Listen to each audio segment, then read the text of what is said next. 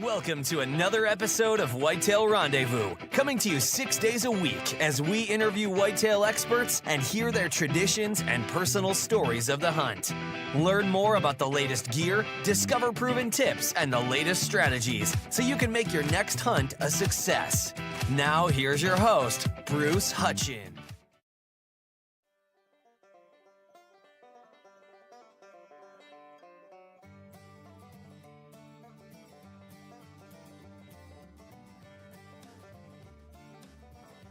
Bruce Hutchin, and I am excited because in 1 week I'll be in elk camp. I'll be heading up to 10,000 feet here in Colorado, and I got a couple of water holes, and yeah, it's that dry, and so water hole hunting is going to be imperative for the first part of the season. And I got a bear tag because if that same bear is back in the same honey hole, dang, it's a big bear.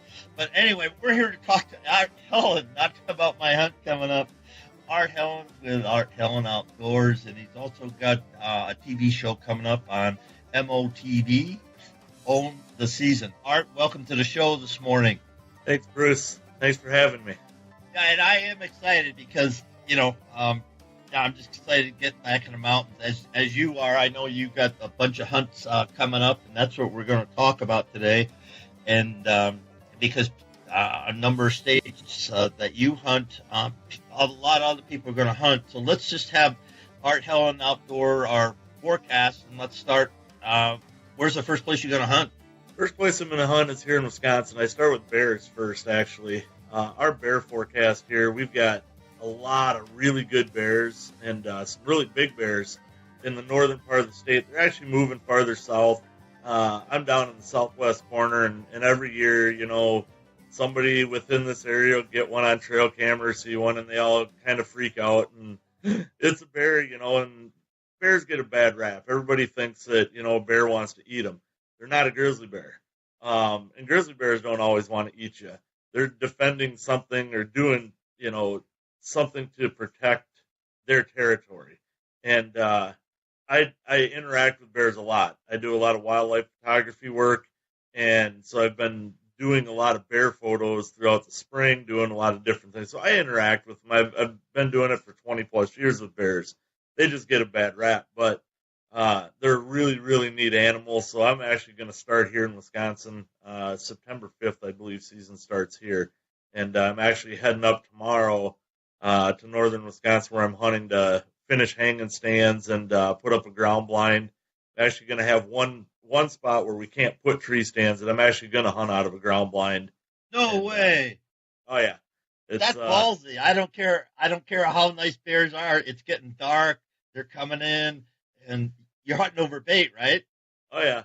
But it's, I've done it for so long, and, people look at me and they're like, oh, that's a little crazy. Guys that are around bears a lot will understand this. I mean, I've actually had it before when I'm out with people, and so I can actually verify these stories. So I, where bears will come up, and they're curious. So they'll come up to the ground blind and try to stick their nose through that hole to see what's in there. And a lot of times you try to scare them, and they just won't run away. So you got to either take an arrow and poke them in the nose if they're not big enough that you want to shoot them, or, take a stick and hit them or crack them with an arrow across the nose. And most of the time they're small bears that are curious like that. So they're going to run off and stare at the blind again and usually leave you alone. Big bears, I get a little more, I'll carry some either bear spray with me, or sometimes I'll have to carry a sidearm depending if I know there's big crabby bears in there, then it's a whole different ballgame. But most of the time, bears are just curious. They just want to know what's going on. And, but once you invade their territory and you do things, they're just protecting it. People think that most of the time they're going to run away from you. If there's a reason for them to stand their ground and protect it, hey, just back up, wave your hands, look as big as you can. Don't run away. When you run away, man, they're coming after you. But if you just back up and start yelling at them and back out of there real nice and slow, more than likely they're not going to bother you, and they're just going to keep doing their thing and walk away. Again, now, grizzly bears, that's a little different story. Last year we went up through Banff, Canada, and all these places tour, and we get there, and they're selling these little bells. okay, that you're supposed to wear if you're not carrying bear spray. They shut down all these trails, and they say if you don't have a group of 4 or 6 people, you can't walk these trails because there's too many grizzly bears in the area and stuff.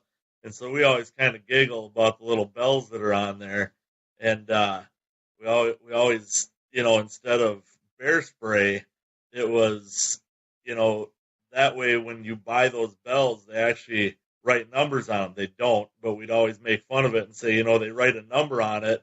So that way, if that tourist goes missing and they find those bells in the bear scat, they can identify which one was eaten.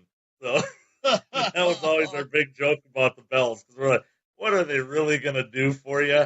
I don't know. They just make the bears aware that you're in the area. And so, yeah, I think they get a bad rap. But they're a really cool animal. So again, that's where I'm going to start, is here. I was then going to go to Kansas. Michelle and I both drew Kansas tags this year for archery, and we were going to go there, but I have some prior commitments on the calendar, so I can't get down there right away. And so then we're going to actually start here in Wisconsin for archery. We'll hunt here, and as soon as my schedule clears, probably right at the end of September, we're going to head to Kansas. We're going to hunt some of that for a little bit, come home through October, hunt here, and then once November hits, if we haven't done any good in Kansas, then we'll have Wisconsin, Kansas, and South Dakota to try to get whitetails. I have a Wisconsin, Kansas, and South Dakota. She has Wisconsin and Kansas, because then she has a mountain lion tag for Wyoming for late December. So it'll keep us busy. Well, let's kind of unpack it. Let's start, with traveling to Kansas now. How are you monitoring the activity down there? Because that's 500, 600 miles, 10 hours from where we are in Wisconsin, isn't it? Yeah. It's about 9 hours to where we hunt. And I have some friends that live down there. And so they work on the farm that we all have together and that we hunt. So they monitor it for us. We have cameras. I was down there 2 weeks ago, and we hung all of our stands down there. Once we got done hanging our stands, then we went out and we put up cameras. We put 8 cameras around. A couple of them are cellular cameras, so I can kind of monitor what's going on all the time through the cellular cameras. But the ones that aren't cellular cameras, he's picking up once every 10 days and emailing me pictures and saying, hey, what do you think of this one? What do you think of this? And we're seeing some pretty good deer down there right now. Some nice bucks, but a couple pretty good deer that we're looking at targeting. Yeah, what is your target buck during the year? I know we talked about this a number of times, but I want to share with the listeners. What is your target buck, whether Wisconsin, out in Dakotas, or down in Kansas? Well, we manage things a little bit different than, I shouldn't say everybody, because there's other people that do it the same as we do. For us, we have private land, so we can manage things the way we want as we own it. We look for 4.5+ year old bucks. If we have 140, 150 inch 3-year-old, usually that deer gets a free pass. And if we have 130 inch 5-year-old, that deer is going to get shot before that bigger antlered buck, because that bigger antlered buck has potential. There's also, you flip the dice, because something could happen. EHD, CWD, hit by a car, predators. There's a lot of different things that can happen to that. So you roll the dice and hope for the best. But when we, try to manage our deer herds, we shoot X amount of does, and then usually try to shoot that, 4.5-year-old or older. Now, if I have special needs hunters or I have youth hunters, then that's a whole different ballgame. For the ones that are experienced hunters, it's 4.5 and older. Usually we then have a list. We've started compiling a list because I've got so many trail cameras out that we compile a list from year to year to year, so we know how old they are. And as we know how old they are and compile this list, we look at some deer and say, this deer here, like we've got a 3-year-old this year that last year he did the same thing. He comes out and he's got a big 8-point side or 4-point side on his left, but he's just got 2 big spikes sticking straight out of his head on the right. Did the same thing last year. That deer needs to come off the farm. So one of the, handicapped hunters or one of the youth hunters, they just want to go out and shoot a buck and get their first buck. Deer like that are great. You can come out and we've got a lot of those deer that are really goofy or, genetically goofy that we want off the farm. Will you ever take, and this is a big misconception, people are like, well, you shoot all these, you're going to get rid of that genetics. You'll never get rid of that genetics in wild deer. It's pretty much impossible from every study I've ever seen to get rid of that. But if you can try to help moving it forward, you do anything you can to try to help move it forward. So that's kind of the way that we do it, and we do that, in Kansas, and we do that here in Wisconsin. South Dakota, on the other hand, that's a whole different ballgame. They have a lot of deer on the property we hunt, so everything goes out the door, and if it's 130 inches or better, they don't care. They just want their deer shot. And so if we're not going to shoot them, they have other guys that come in and shoot them. And so they manage it different out there. It's their farm. You live by their rules. Just like, you come to my farm, we have certain rules that you're going to live by.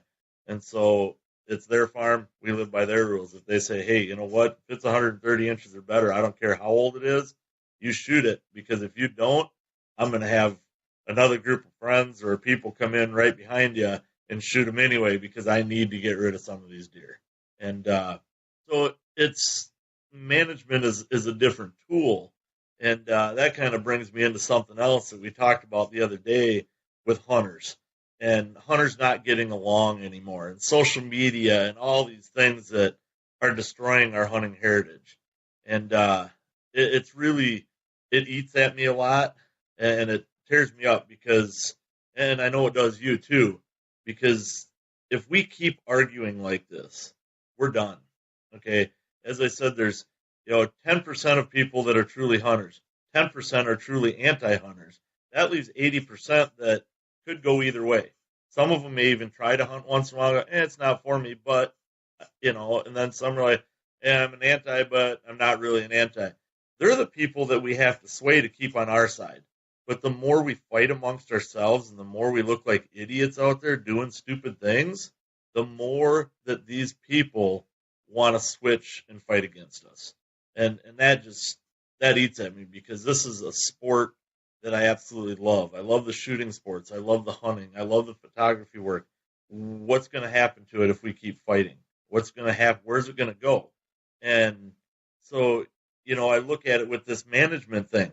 Again, you've hunted Wisconsin. You've hunted all these places. And you look at management. I don't know what you do on your farm. Do they have a management plan on your farm that you hunt, Bruce? Yes, they do. We do. And that's why we're growing, we're growing bigger and bigger deer every single year because it used to be, I've been hunting the same farm since 1966 and we hunted it and fed the families. There were 5 families, off the main family. And so everybody needed winter meat and gun season, we hunted it. Then when it started archery season and everybody started to grow older, then we said, okay, you want to shoot a buck, with your bow, it's got to be a Pope and Young. It's got to be a 125 or better, and we got a big problem with does and, we want everybody, you see a doe, shoot it, end your hunt for the day, shoot it because the bucks are going to be here. And, and they are, and continually, Eddie, plants, probably 200 acres, either beans or corns or alfalfa. So, we've got food plots galore. So, and we got water, we got everything we need to grow big deer, and Buffalo River's right below it. So we got cover, food, and water. We got everything for it. Now it's, we have the family's too big now. That's the only problem with it. And about 3 or 4 years ago, 5 years ago, Eddie said only family can hunt the farm now because it was getting stupid. And I can't tell you how many old stands we have, those old 2x4 wooden platforms, which we don't hunt anymore, folks. We don't hunt anymore, but you can go through the woods and go, holy fright. Yeah, that was Bert's stand, and that was the ace in a hole stand and blah, blah, blah, blah. I mean, that's how far it goes, but we have a management plan Does it work perfectly? No, because we got so many families involved. Right. And that's the thing is management plans, you can do what you want on your own land. And if you lease the land, you can make your management plans and hope that your neighbors are good neighbors and do that. However, there's still the neighbors that aren't into that. They grew up in a whole different era here in Wisconsin hunting, and they still just want to shoot a deer. They want to shoot the first buck that walks by. They want to shoot a doe. They want to shoot. And then it's guys that are truly trying to do management and grow big old deer. Then the arguments start back and forth. And it's like, come on, guys, here's the deal is, you don't pay for their tag. You don't pay their taxes. You don't put their food plots in. You don't do that. So you truly don't have a right to tell them what they can and cannot shoot off their land. Would you like to give them suggestions and say, hey, you know what? We're trying to do this management. We're trying to grow. Yeah, you can. It's not for everybody. That's just not the way hunting is. They may only get to hunt 2 or 3 days a year. And so let them do that. Where I have issues with it is when I have these guys come to me because I own a land management company. So I go out and help people develop properties. And I have people come up to me and say, hey, you know what? I'm going to do management, and I'm going to grow big deer, and I'm going to this and that, blah, blah, blah. And then they shoot the first 2-year-old that walks by them. And you say, well, then they call you and they say, yeah, I shot this buck. Wasn't what I thought it was. It was this, it was that. And they do this for 5 years in a row. And my only thing is, you know what? I don't really care what you shoot. It's your own property. But be honest with yourself. And instead of asking for advice and doing this, if you're still going to do whatever you want to do, then just do it and be honest with your neighbors and be honest. Say, you know what? I'm really not into management, and I really want to shoot some deer for meat. So I'm going to shoot whatever walks by me. That's fine. Then you as a land manager, then you can change the way that you hunt on your property or change the plans and what you're going to do on your property. Let them do what they want, or we're going to destroy it. Pretty soon everybody's going to be fighting, and there won't be hunting anymore. So that's a good point, because that is land management, because they're managing to their expectations, because Eddie pays, $10,000-$12,000 in taxes a year. Right. And the family, we don't pay them. Yeah, we work and do some wood cutting and blah, blah, blah, blah, blah, blah. But we don't do $11,000 worth of work. And we got X number of people, hunting on the land. We got a big family, and they're good hunters. I mean, they're really good hunters. And so, it's just, I liked how you said it. Just be honest with yourself. And if that's your plan, to have deer, to have a lot of bucks and they're legal and you want to shoot them, then build your plan, because you can build towards that and you can have a hell of a lot of bucks running around your property. And there's nothing wrong with that. See, that's the thing. There's nothing wrong with that plan. There's again, nothing I don't wrong have with a problem with you shooting whatever you want on your own property. Just be honest. I've got a neighbor, he's really secretive. And it's like, you ask him, what'd you shoot this year? It's none of your business. Well, I'm not going to badger him and say, hey, man, you can't shoot that because that's a deer we let go. Does it get frustrating? Sure it does. I mean, I'm not going to lie to anybody. Was I one of those guys at one point in my career where I was super frustrated with guys for shooting 2-year-old bucks? When we're letting them go, they jump the fence and they get killed. You know what? I didn't pay the taxes. That's when I was younger and I needed to grow up and say, hey, you know what?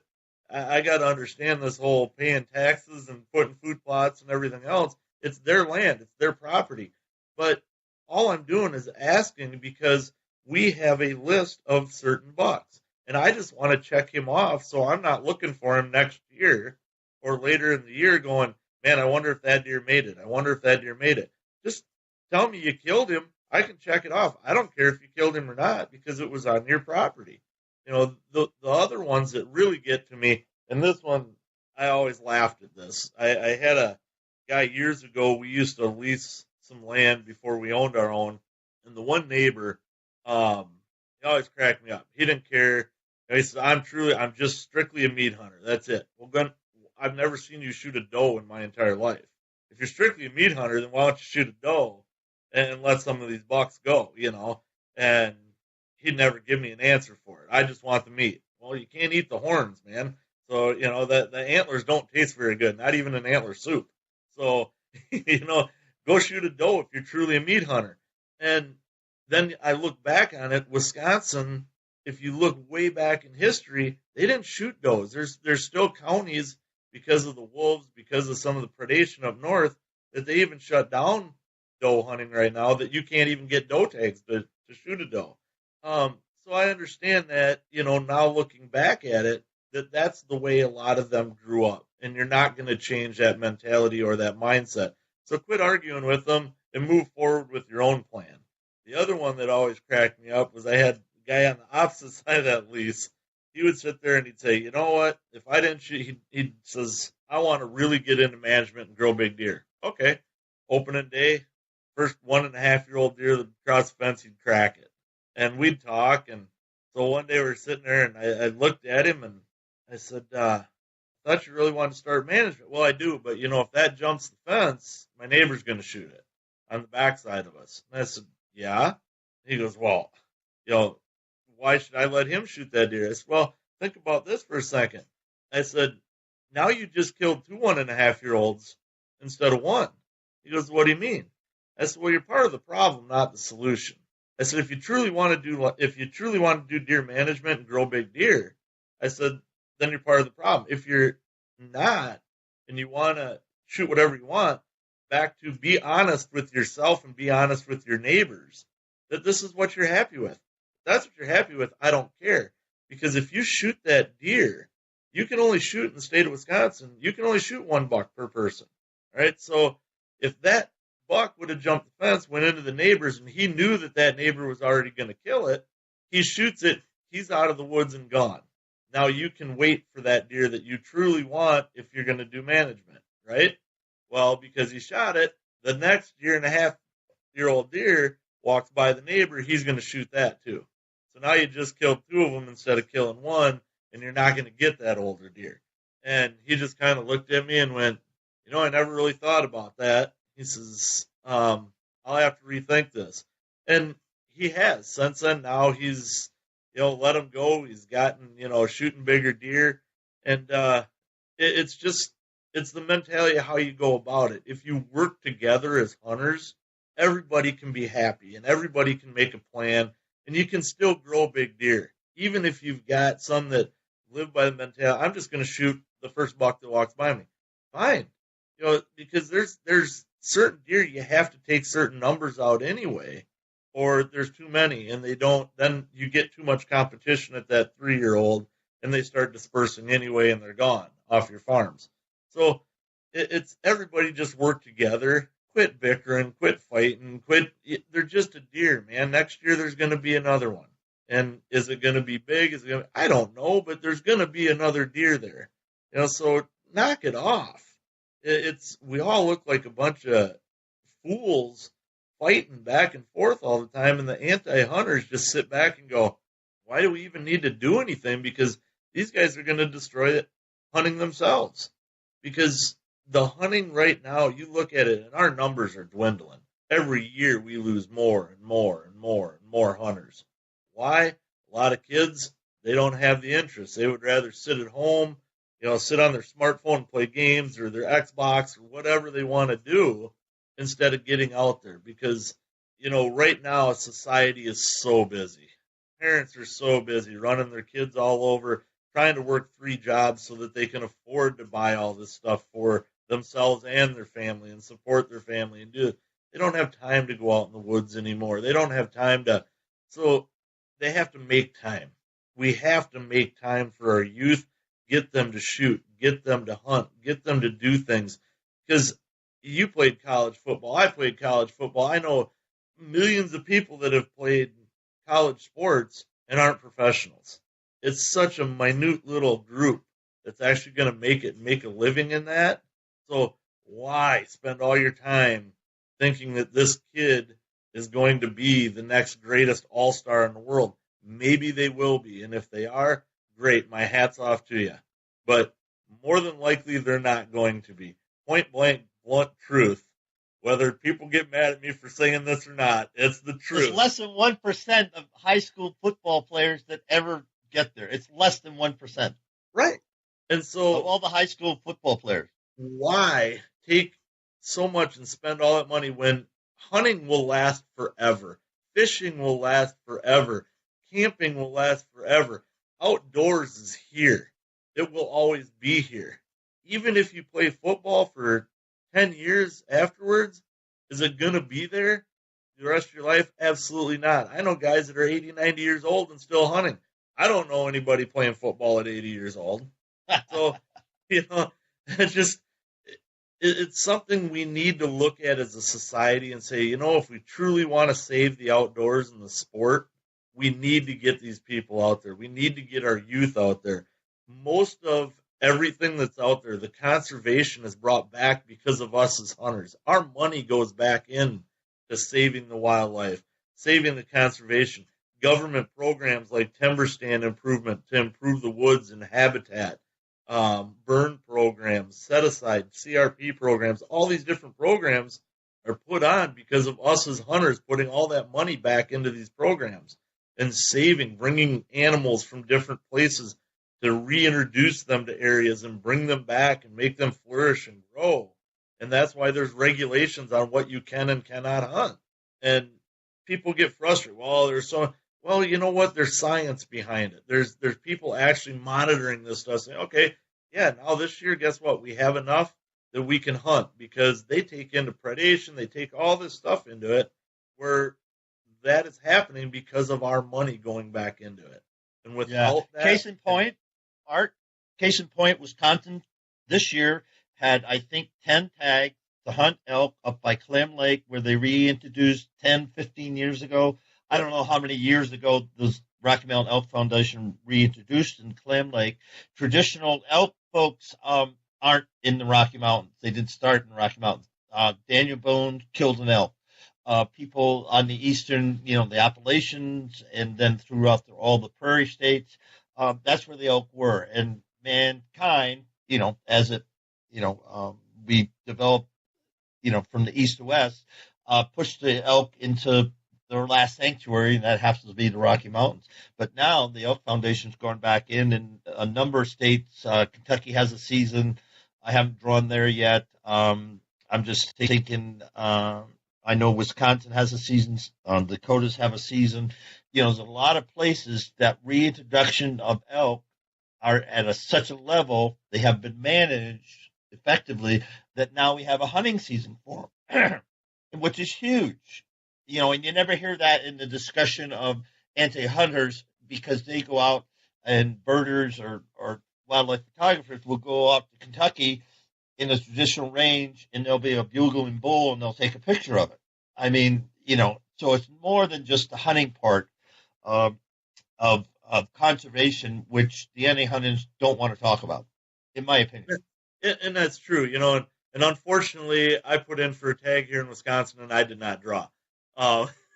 For my elk, but I did put the money into the conservation, and so the money made. So if there's only 10 tags that are drawn, I believe they said, and I think it was $25 for the fee, something like that, 10 or $20, somewhere in that. And there was, what did they say, 80 or 90,000 people that applied. Well, when you start putting all that math together, look at the money that they raised from hunters trying to draw that tag to put back into that elk habitat and make it better for them. So, and as you brought up, birders and photographers, and as I said, one of my jobs is being a photographer and doing things. One thing that has come about in the last 5-6 years, because there's so many photographers that are hunters also, that they've worked with a lot of these agencies, and now if you look at it, if you do it as a professional job, if you're doing it as a commercial business, like here in Wisconsin, if I'm out taking photos as a commercial business at a state park, whether it's wildlife photos, whether it is taking senior photos, wedding photos, that's commercial. It costs you a permit. It's $50 per year per park in the state of Wisconsin, right? That money then is going back into that habitat, that restoration, everything at that park to help make things. They're doing that now in the national parks, where you have to get certain permits to shoot commercial photography, in county forests and different things all throughout here. You go to the national parks, like last year when I went to the national parks to do a bunch of photography work, I had to buy permits for those national parks. So then now you're not going back in there, and now they're starting to get everybody involved because they're finding out that the numbers of hunters are dwindling, so they need money from somewhere else. So now they're taking all the wildlife enthusiasts and starting to, put fees on different things, which I don't have a problem as a hunter paying because I look at what we. Here's a hot special for all Whitetail Rendezvous listeners. The Hunting Buddy app is giving away an all expenses paid free-range whitetail hunt at ABC New York Ranch this fall. You'll be hunting with NASCAR driver Spencer Boyd and the Hunting Buddy team, all the while being filmed by a professional film crew from Rush Outdoors, as seen on the Pursuit channel. To enter the contest for free, go to huntingbuddyApp.com. Click the huge Hunt Giveaway section tab and download the app. When you upgrade to the Outfitter plan, you get 30 additional giveaway entries. Hunting Buddy app is your best choice for staying safe in the woods with their patent-pending safety notification system. So lunar information including peak game, activity times, current and future weather forecasts, land ownership, hunting waypoints, group hunting, and so much more, all for free from Hunting Buddy app. That's HUNT_N BUDDY app. We've done, and I hear people crying about it all the time. Well, our tax dollars already pay for that. Well, you know what? No, they don't. Everybody's tax dollars pay for certain parts of it. You are making money. Why should you be able to make money off the next guy who's paying taxes for that? And his tax dollars only cover so much. And then you go in there and you want to take photos of everything that's really cool, that's been reintroduced by hunters or by tax dollars, whatever. Maybe, you should be a little part of this. And so I don't have a problem with it. I don't, and so I've been in a couple arguments over that where people are, well, I think it's stupid. Well, you know what? How about we reverse that and I pay taxes, or how about instead of you making money off that, how about you go do something and then I want to make money off you for free? And all of a sudden they're like, well, that doesn't work that way. Well, that's essentially what you're trying to do, isn't it? You're trying to have everybody else pay for it and then make money off of it. And it doesn't quite work that way. That's not the way the system in the United States works. So, too bad, get over it, pay your $50 or your couple $100 and move on. $50. The funny thing, I want to say something about, I've had this discussion, and this person, the photographer, had all Swarovski, all their lenses. I mean, it was just like, are you kidding me? I mean, just their spotting scope. I don't, yeah, I know how much it costs, thousands and thousands of dollars. Then you go to their lenses and everything. They got, binoculars, spotting scopes, and lenses, and you're talking $20,000 at least. Yet they'll complain or they'll challenge. I shouldn't say complain. I'm trying to be, upright here, about paying a fee of $50 because they go and shoot cranes at Horicon Marsh. I know that isn't where the cranes are, but there's a lot of cranes there. And so they go down there and all of a sudden they have to pay, $50 for that right. And I'm saying, you're just, I take away, I consume, you're a non-consumptive user, and there's more of you, and there's getting to be more of those people. And they travel around the world. Wow. Around the world, these people are going to Tierra del Fuego, that's the bottom of South America. South America, and take pictures of rare, birds when they come off Antarctica and fly up there for the summer. However, and I don't know how much it costs to fly down there, but these people have the money. What I'm trying to say is, it isn't a matter of money; it's a perception, and we haven't managed it as the DOW haven't managed it, and the states haven't managed it, and the federal government hasn't managed it to say, hey, everybody's in this game, and it's about time for these other people to pony up, because the hunters, forever, Pittman Robinson, started, I can't remember the exact date, but a long, long time ago, and we have funded everything that these people are now using. And so, that's my 2 cents on that. I don't want to get cranked up on it. Oh yeah, I hear you there. And that's, like I said, it's good to see some things finally changing though, so we can keep everything going if the numbers continue to dwindle, which I think we can recover.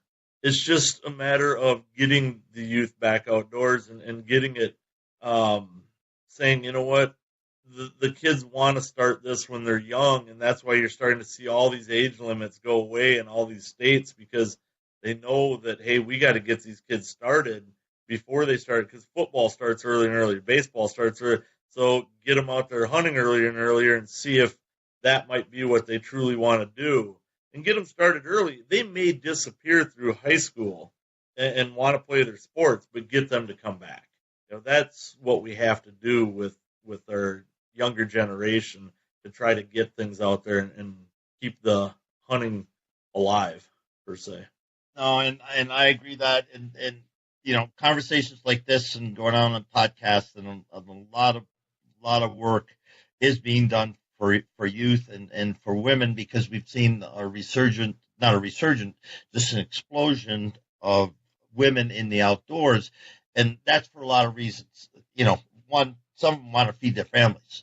I mean, it's just flat that simple. The husband has left and the wife's left and she wants to do it. The other thing is it building confidence in people and individuals. I can do this. And, there's a lot of offshoots of that. And, so we have women in sports that are increasing, and they're helping to bring their kids along, because all of a sudden they see mom bringing home a deer and feeding the family, and go, well, gee, I want to do that. And I have a number of friends that's happening. So, women are carrying the mail for the males right now. They really are.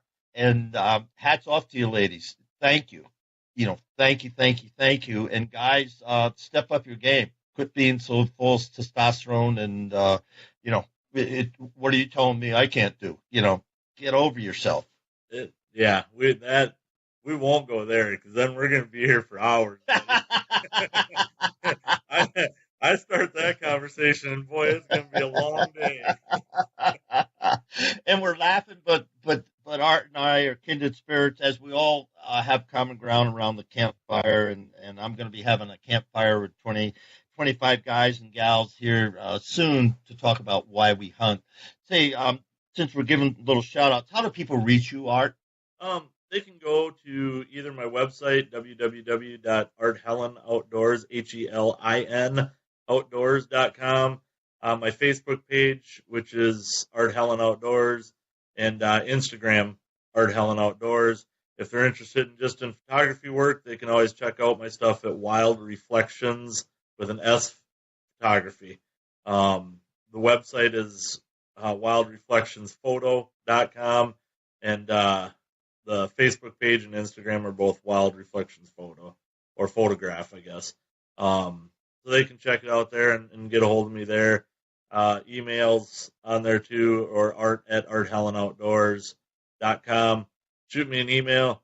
I'll get back to you as soon as I can. Right now, I start hitting the road as of tomorrow, and I'll be back here and there. But once day after Labor Day, I'm on the road, and it's going to be, I got a lot of states and a lot of ground to cover. So, and before we get into those to hunting, the Dakotas, here you are, and you've been hunting for so many years.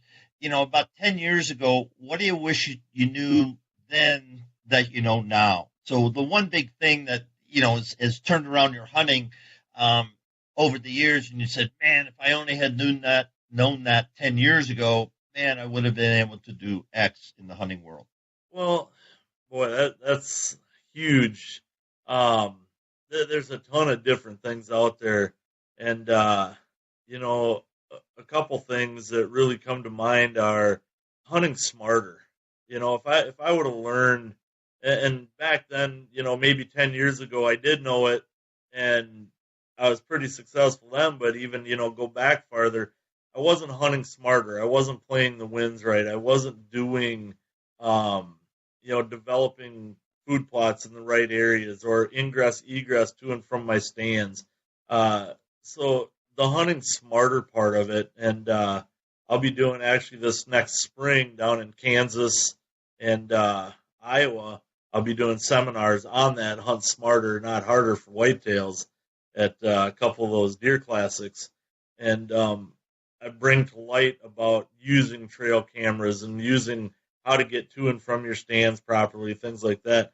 That's one big thing. I really wish, and like I said, it might have been even more than 10 years ago, but I really wish the trail cameras would have been here way back. We had them way back then, but it's a trail camera truly is a tool. It's not really used. A lot of people use them and want to show all their buddies their deer. That's not truly what it's used for.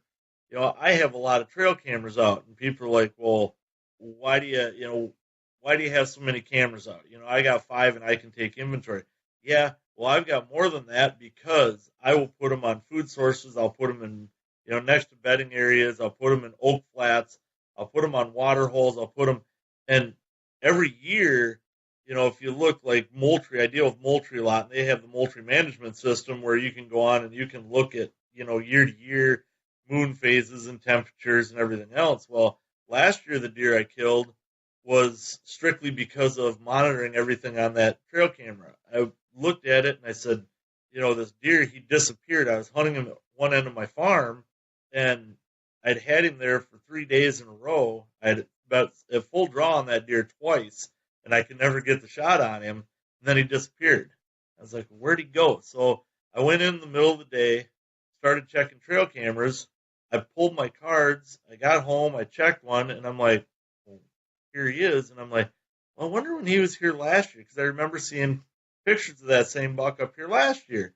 So I went back through all my records, and I'm like, so this deer was here on the exact same day for the next 2 days on that ridge, and then he disappeared again. So I'm like, well, now if the winds are right, I got to get in here and hunt this deer now. And that's what I did. I climbed in that stand at 1 o'clock in the afternoon. I shot that deer at 3:30 that afternoon. All because, and I would have never hunted that, but it was all because of that trail camera and using it as a tool. So I guess that's the biggest thing, even 10 years ago, because we had the technology 10 years ago, but we didn't have it like we have today. And why so was he up there? Why did he change locations? Why did that deer change location? When you got up on this ridge, that ridge kind of went, it was a big flat ridge, and on both sides it dropped off. And both sides I'd done a bunch of timber stand improvement in. And it was really thick, nasty bedding area. And so that deer would run in through there. That was like right the first couple days of rut, just getting past the pre-rut into the breeding. And so he was running that ridge, pushing those bedding areas out, looking for those hot does. So he'd spend those days in there just running circles, waiting for hot does to come in there to bed. And that's all he'd do. And, I'd get him on one end. 3 hours later, I'd get him on the other end. Then pretty soon I'd get him down, and he'd run like a 20 to 30 acre area. And he'd do that for a couple days. He'd go out at night, and hit the food plots and feed, but most of that was at night. During the middle of the day, he would just run and checking for does. And that's one, like I said, that's probably the biggest thing that I wish I would have known, is trail cam technology and what it truly was used for. Because back 10 years ago, I used it to look at deer and go, yeah, this is a really big deer, so this is a deer I want to try to hunt. And, these deer I'm going to let go because they look like young deer. That's what I did 10 years ago. Now I actually look at them and I can monitor and say, okay, so this year at, this time of year for the last 3 years, this deer has been in this specific area, on these dates for the last 3 years. That's where I want to be during those dates. This deer's been over here during these days. That's where I want to be. It's an early season because of the food source, and that's where they are during that season. As season progresses, that food disappears, they move to here. And that's what you use that for. So I guess that would be my answer is, trail camera technology and what they truly are used for is a scouting tool and not just to look at your deer as inventory, which they help doing that. But if you truly pay attention and put down exactly where they are and keep them in folders from year to year to year, they're going to help you actually, hunt that deer a lot smarter and easier, make your life easier going, okay, this is when he's here. So why do I want to hunt this stand for the next 2 months and burn that stand out when that deer's not even there? You look at it and you see that all the time. I don't care what part of the country you're from. I see it all the time. Deer transition because of food sources. It might only be 40 acres or 20 acres. Bedding areas, some of them, in huge areas out west like South Dakota, they can go miles up and down those river bottoms. But it all depends on food. It depends on water. It depends on bedding. There's so many things that it does and what time of year it is. Do they need thermal cover? Do they need, summer bedding areas? Do they need, what kind of water are they looking for? What kind of food? Is it clover and alfalfa for early? Is it, milo and radishes and beets and turnips and whatever for late season? Is it, what kind of food source? Because they're going to change. They're going to move. And that's what you use that camera for, is to monitor where they're at. Just makes your life that much easier to try to kill those old mature deer. Yeah, folks maybe are going to laugh at this, but there was a time that you would put out string across a deer trail, and then you'd have to monitor it. And you'd actually put out string, and then the deer would go through and knock it off. And that's the first form of monitoring.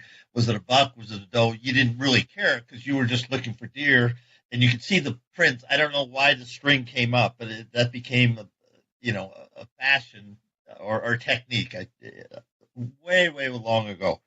That was used a lot for bear hunters. Bear hunters would get 2 or 3 or 4 of them, and they'd put them all the way around their bait sites, and then they would know what time that bear was coming in. But in what direction? In what direction they were coming. And that was, I remember those old, strange to take that thing in you. And the worst part was, if you didn't have trees close enough, you're trying to break sticks off in the ground, and then half the time it knocked the stick over, and so it wouldn't trip the timer, so you didn't know what time it was, or a squirrel would run through and knock it off, so I remember that back in the day. That was, that would have been probably, the late 80s when they came out? Yeah. Long time. And there was a timer, there was a timer on it. And, folks, it's an evolving sport, and it's great to get with Art and talk about that. Let's talk about, the Dakotas. People know Kansas, and people know the upper Midwest, Wisconsin. Just look at the record books for Buffalo County, and it'll tell you everything you want to know about big bucks, and look at the pictures of Art behind the mount behind him. But, hunting out west is a little bit different, and you touched upon it. I first hunted Wyoming, river bottoms, I'm just trying to think, probably late 70s, early 80s, we were gun hunting, and we could take mule deer or whitetails. And we ended up whitetail hunting just because, hellacious bucks, nobody was shooting them because everybody wanted to kill a muley. And it was just like, oh my goodness, boom. You'd be killing these 130s, 140s, 150s. We wouldn't hold out. We were too young. We wouldn't hold out for. Yeah, and that's, the Dakotas are a whole different, they're hidden states. I mean, they're, you look at guys like my buddy Mark Kaiser, he grew up in South Dakota, and now he's in Wyoming, and Mark, I mean, that guy, he killed some great deer out there. Miles Keller, I mean, Miles, I grew up doing a lot of shows and different things with Miles, and Miles is a good friend, and, you look at some of the places that he hunted, some of his big deer were taken in the Dakotas, and people don't realize that. I mean, there's a lot of big deer that are shot out there, but a lot of people don't talk about it. It's an early season, so you can actually go out there and shoot them in velvet. My wife killed a really good velvet whitetail in North Dakota years and years ago. And the problem is out there is the country is so vast.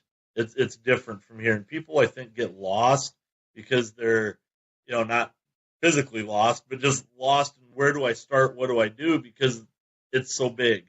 And it's just pockets here and there of timber. And you'd be amazed at how many deer are in there. But you look for water sources, you look for creeks, river bottoms. Those deer run those because that's where your trees are. That's where your cover is, and it's thick and it's nasty. The difference is those deer are going to travel a long ways. Same in South Dakota. One day we might see a deer 2 miles downriver, and from where we saw him the day before. They move a long ways. It's different than when you get into Ohio and Wisconsin and Iowa, and where there's big blocks of timber where those deer don't leave. And you get out there, they do. They move greater distances. They have the same types of food sources we have here. They've got corn, they've got milo, they've got sugar beets is a big thing in North Dakota. But it's a different way of hunting because, number one, you got to have tree stands that go around cottonwoods. And these cottonwoods are so huge, so that's where ground blind hunting comes in. You got guys like Keith Beam and Brooks Johnson that, came up with the double bull blinds years and years ago. And I'm still fortunate, I worked with those guys years ago when they had the ground blind with double bull. Keith Beam now is working for New Archery Products and GSM and, developing another blind that came out with last year called the Mantis by New Archery Products. Great blind. It's another ground blind that Keith is working on. And, because of that development, it changed the way we hunt on the ground altogether. It helps contain your scent. You can brush them in easier. I mean, that whole ball game has developed and progressed so far. It's unbelievable. And so there's a lot of places out there where ground blinds come in really handy. And you can go out and pop them up, brush them in, and you're good because the river bottoms are so thick out there. And it's hard sometimes because those cottonwoods are so big that you don't have ratchet straps big enough with you. So it's nice to be able to do that with those ground blinds and get in there. But it's a whole different type of hunting. You're going to go from early season, the end of August here, all of a sudden you're going to have, we've been out there at 100, 105 degrees before trying to sit in a tree stand. You go and you buy a bug suit and black underwear and you put your black underwear on and a bug suit over the top of you, and that's all you're wearing because it's so hot out that it's crazy.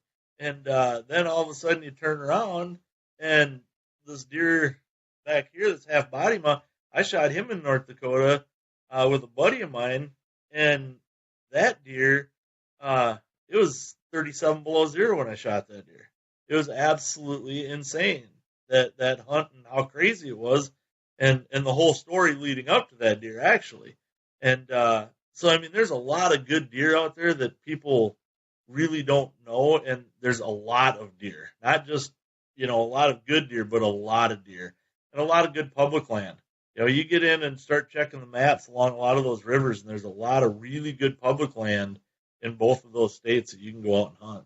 Yeah, and I'm looking forward to, if I get my handicap permit from the Division of Wildlife in South Dakota, I have to put in for it, even though I have 2 other states. So here's a shout out if you're a DOW person. If a person's qualified for a handicap or disabled crossbow hunt in one state, make it easy because I have Wisconsin. I can literally hunt out of my truck in Wisconsin. Colorado, I can hunt with a crossbow during archery season. In South Dakota, I talked to them, and they were very nice. The lady was very nice. She said, I'm sorry, that's just our law. So I have to go to the doctor, fill out another form, and send it. And, unfortunately, I do have some issues. I can't pull back the compound. I can't hold the compound even at let off anymore. I can't do it. So I have to hunt with a crossbow. Having said that, DOWs just make it easy. We were talking about keeping people, older people, younger people. There's a lot of young kids. There's a lot of military people. There's a lot of women that can't use a compound for whatever reason. So make it easy for people, not harder. And that's one solution. No, don't have a fire sale and don't have people just saying, oh, I want to shoot with a crossbow because it's more accurate. Well, it is, but it isn't. We can talk crossbow versus compound, horizontal versus vertical all day long. And I'll just simply say a crossbow makes it possible for this guy at my age to continue to archery hunt. My dad's in the same boat. He tore his bicep a couple years ago, and same thing. We just actually sent his application to South Dakota, as he'll be going out with me, hunting the end of November out there, and so he had to fill his back out and send that again. And this time he's actually, the first time they thought that the bicep might heal itself and that he'd be able to shoot a regular compound again, and so they only gave him a temporary permit. Well, it never healed, and so now he had to reapply again 2 years later for a permanent one. Yeah, and so that's just my message out there. If a person is doing everything possible, get together with some of these other agencies and just make it easy. I don't know what that looks like. Medical records, I know HIPAA and all that stuff, but just make it easy for people to get tags, because I have a place along the Missouri River to hunt, but I can't hunt it until I get that permit. Period. End of story. So they're going to, if I don't get the permit, then they lose revenue. What's it cost to travel and to stay and to buy a steak, buy a hamburger, buy bacon and eggs in the morning, buy gas, and buy a hunting license. It's a couple bucks. Right. Oh, it's definitely. a couple bucks. And saying that. So we've talked a lot of stuff, and thanks for sharing about hunting. The cottonwoods, because it is different. And the biggest tip that I can give people about hunting out west and hunting western whitetails is if you've never been on the ground before, long distance scout and just sit up, get as high, get on a ridge, overlooking the river bottom, get there before the sun comes up and stay there all day. And you can move as the sun moves, but stay there all day and just glass. Take your big glass, sit there, put your window mount up, and just glass and glass and glass. And don't say, oh, we got to go hunting. You are hunting by long distance scouting. And just keep the sun at your back and just keep changing and keep watching that river bottoms, because you will see more deer than you ever believe if you spend 8 to 10 hours just sitting in one place and glassing. People don't believe that, but I can tell you, if you do that, then you're going to have an idea of where the deer are, how they're running, what times they're running. You got to keep a notebook or keep your, notes on your smartphone, but then just start building a thing and say, the bucks are running this time. I saw this hours. So you can just forget the hang on stands. Just put a pop-up line, have one of those, take it with you, brush it in, and then hunt. Watch the morning, watch the activity, then go in there at noontime, put it up, brush it in, and be ready to hunt that nighttime. And you will kill deer. I can't tell you, in Wyoming where we hunted for many years, like I said earlier, we went out there for muleys, and there were so many gorgeous whitetails, we ended up just hunting whitetails. I mean, and, it was great. I mean, we saw more deer, per hour than we ever saw in Wisconsin. I mean, I've seen some big herds of deer in Wisconsin. Don't get me wrong, but we saw more deer. And I think that's because they're more congregated too. As I said, because they're on those river bottoms and they're in what woods are there. So when you find them, you find them. The problem is again with food sources, just like in Wisconsin, just like in Ohio, Iowa, Kansas, doesn't matter. When that food source changes, like you said, scouting, that's the best tip I've heard in a long time from a lot of people, and it's something that I would say is, we used to sit on these ridges and scout and watch deer for 2 days before we'd make a plan, because early season, they're congregated in those sugar beet fields. That's where they're at, trying to find those are alfalfa fields. Where a little bit later, because their winters are so harsh, that same deer herd, like I said, might be 4 or 5 miles away. So you can't count on, I'm going to go back to where I was last year at this time, because the food source might have changed, and they're going to change. So that's great information, is, to get out there and do your scouting and figure it out first. Spend that day or day and a half or 2 days, scout, make a plan, and then go in. Because if you go in just blind, you're more than likely you're going to mess it up, and then it's going to be a long week sitting in that stand. Where if you can do the scouting, make that plan, go in and hang the stand, you got a better chance of actually shooting something or seeing something close than you would by just going in blind and then end up messing things up. Yeah, and with that, folks, Art's got a daughter. She's got to get moved in, and it's time to get him on the road. He wants to stall it as long as possible, but yeah, moving her in her senior year of college, so I gotta move her into a different house today, and it's different here because they have a move out on Tuesday, so we have to move everything out of her old apartment on Tuesdays, and then or last Tuesday, and then we move her home with us for a few days, and now they get keys at noon today on Thursday, so then we have to move everything back up. So we can't just go from one side of town to the other to move her in one the same day. We have to bring everything home in loads and then take it all back up today at an hour away. So we're, trailers and a couple different cars and everything's jam-packed in there. And we'll get it done, though. We'll get up there and get her moved in and get life back to normal and start concentrating on seeing big deer and hunting big deer and having fun this fall. I mean, that's the biggest thing, too, is not necessarily always big deer, but getting out in the camaraderie and the fun and the enjoyment of, talking to other hunters, talking to guys like yourself, talking to women that love to hunt. Just get out there and enjoy that part of the sport as much as I do actually getting out there and hunting, because it's neat to listen to other people's stories and their success stories. So I appreciate you having me on here. I really do. Yeah, folks. And earlier this week we're on Facebook Live, so look up our video on Whitetail Rendezvous or Art Helin Outdoors. He's got it posted, so that was a good 10 minutes of discussion about Art's upcoming season. And with that, Art, be safe out there.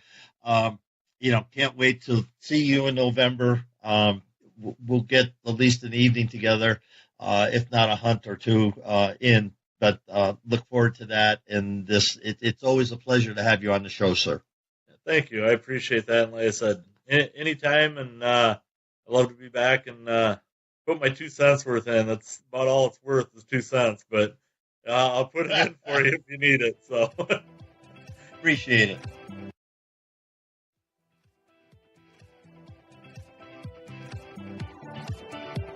Thanks for joining us. Be sure to tune in tomorrow for another episode of Whitetail Rendezvous, where you can listen and learn from the experts so you can be more successful on your next hunt.